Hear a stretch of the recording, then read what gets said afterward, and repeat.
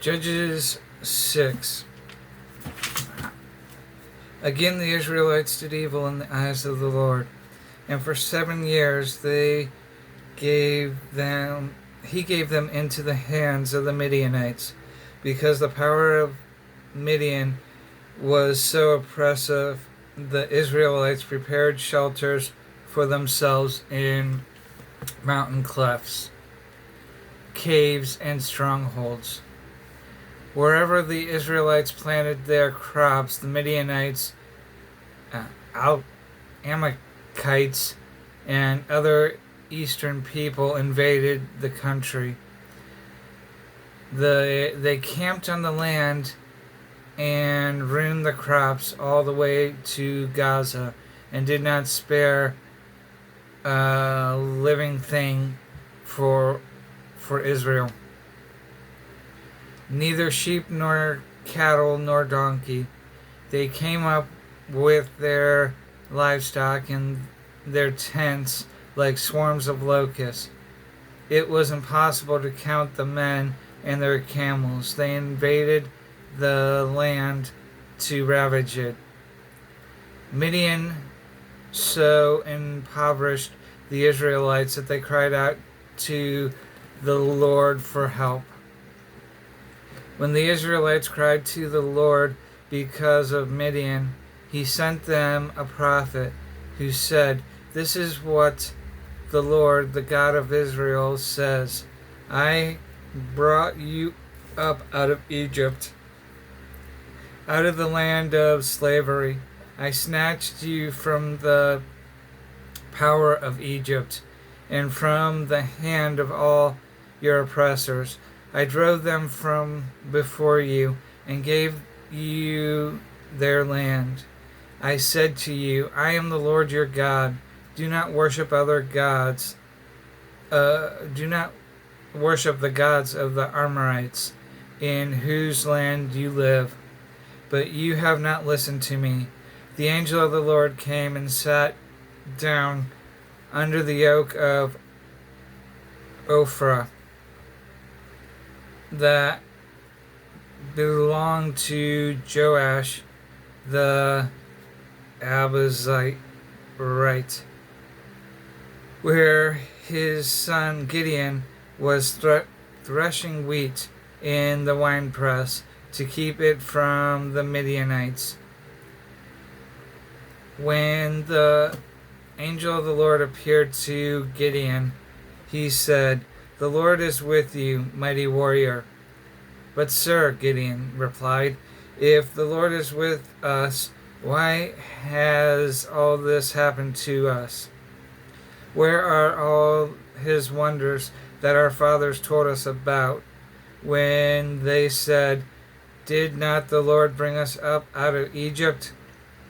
But now the Lord has abandoned us and put us into the hand of Midian." The Lord turned to him and said, "Go in the strength you have and save Israel out of Midian's hands. Am I not sending you?" "But Lord," Gideon asked, "how can I save Israel? My clan is the weakest in Manasseh, and I am the least of my family." The Lord answered, "I will be with you, and with you will stride. I will be with you, and you will stride down all the Midianites together." Gideon replied, "If now I have found favor in your eyes, give me a sign that it is really you talking to me. Please do not go away until I come back and bring my offering and set it before you." And the Lord said, "I will wait until you return." Gideon went in, prepared a young goat, and from an ephah of flour he made bread without yeast, putting the meat in a basket and its broth in a pot. He brought them out and offered them to him under the oak.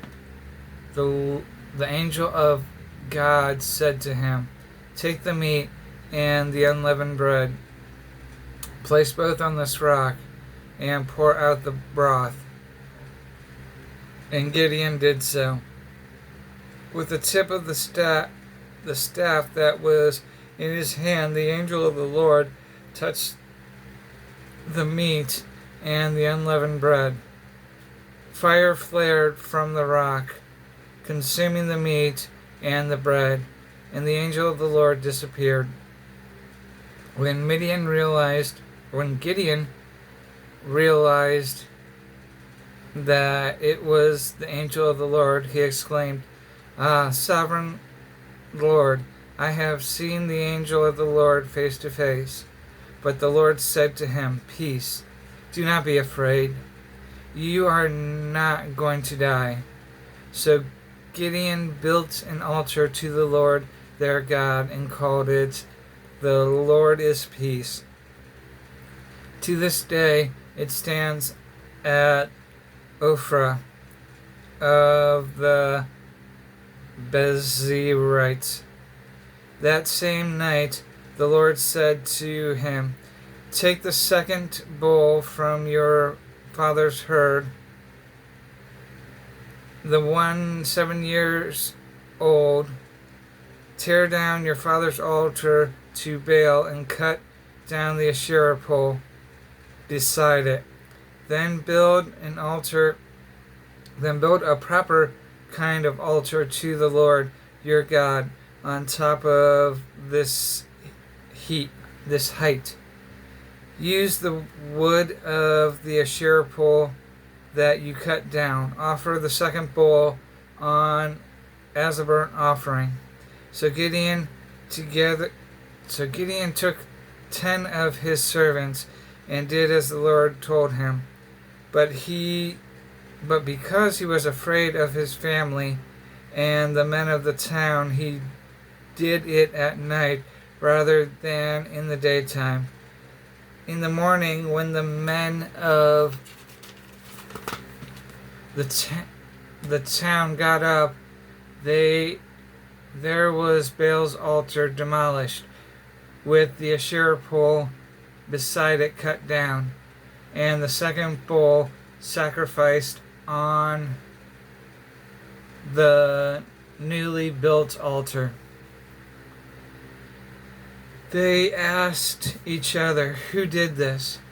When they carefully investigated, they were told, "Gideon, son of Joash, did it." The people of the town demanded of Joash, "Bring out your son. He must die because he has broken down Baal's altar and cut off the Asherah pole beside it." But Joash replied to the hostile crowd around him, "Are you going to plead Baal's case? Are you trying to save him? Whoever fights for him shall be put to death by morning. If Baal really is a god, he can defend himself when someone breaks down his altar." So that day they called Gideon Jerubbaal, saying, "Let Baal contend with him, because he broke down Baal's altar." Now all the Midianites, the Amalekites, and other eastern people joined forces and crossed the Jordan and camped in the valley of Jezreel. Then the Spirit of the Lord came upon Gideon, and he blew a trumpet, summoning the Abiezrites to follow him. He sent messengers throughout Manasseh, calling them to arms, and also into Asher, Zebulun, and Naphtali, so that they too went up to meet them. Gideon said to God, "If you will save Israel by your hand, as you have promised, look, I will place a wool fleece on the threshing floor, and all if there is dew only on the fleece, and all the ground is dry, then I will know that you will save Israel by my hand, as you said." And then it and that is what happened. Gideon rose early the next morning. He squeezed the fleece and wrung out the dew, a bowl full of water. Then Gideon said to God, "Do not be angry with me. Let me make one more request. Allow me one more test with the fleece.